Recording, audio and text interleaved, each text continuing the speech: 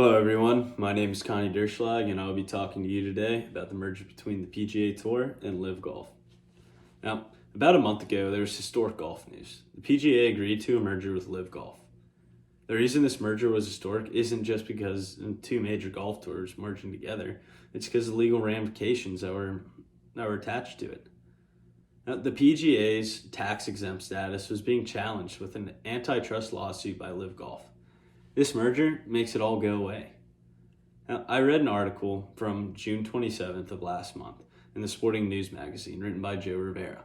Now, I chose this article because of the possible industry-changing lawsuit if the PGA lost and how it could affect even other major sports with similar tax-exempt statuses. So for the rest of this video, I'll be discussing the points of the merger, benefits to both parties, the legal points that are now dismissed, and what it means to future sports management employees of this group. So let's start back in 2020. A Saudi Arabian group funded by the Saudi Public Investment Fund started promoting a new golf tour and was actively trying to bring on golfers from the PGA. This was an extremely well-funded tour, upwards of $430 billion. They were offering huge contracts, upwards of hundreds of millions of dollars to join their upstart tour. Some notable champions they even signed were including Phil Mickelson, Dustin Johnson, and Brooks Koepka. Now, the PGA was so concerned with this startup league and the money they were throwing around that they threatened any player that was in negotiation with LIV or any other outside tours could be kicked out of the PGA or even banned from life from competing in any of their events. Well, and that threat didn't work out so well as players exited the PGA and several LIV Golf players in their league filed a lawsuit against the PGA over accusations that violated antitrust laws.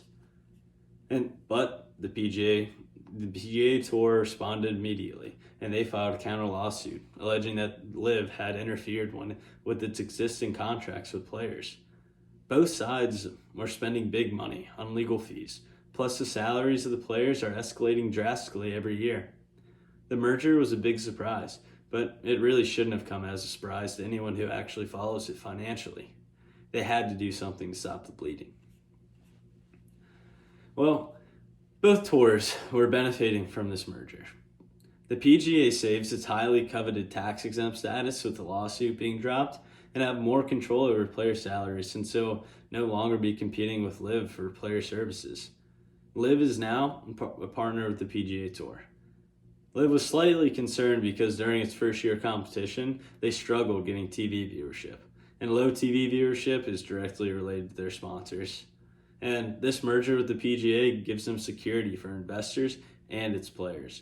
They are definitely in a better financial situation now than they were at the start of 2020. Basically, guaranteed profit with low risk. And before 2020, LIV was not a known golf tour. 3 years later, it's a partner of PGA. They are now sitting at the same table as the top of golf. And the federal government is exploring how legal this merger is or if it violates monopoly laws. Now, let's discuss how this could affect career in sports management. The people involved in this merger were not players. These decisions to file lawsuits, plan mergers, or any deal are decided by managers or directors to run their sports successfully. And successful business is what creates jobs in any industry, including sports. The merger between LIV and the PGA should create stability in the golf industry for years. Its market will be expanding internationally, allowing increased globalization of the PGA brand. This creates many more sport-related jobs within the industry. And by eliminating the competition, the two groups will minimize the risk of failure for either of the groups. Now, I listened to a podcast earlier this week which highlighted a High Point University graduate who is now working for the Tampa Bay Rays in their corporate partnership division. Could you imagine being involved in the corporate partnership program for the merger between LIV and PGA? Well, in closing, I'm excited to see how this new group does and the industry opportunities it will create in the U.S. and internationally. Thank you for listening.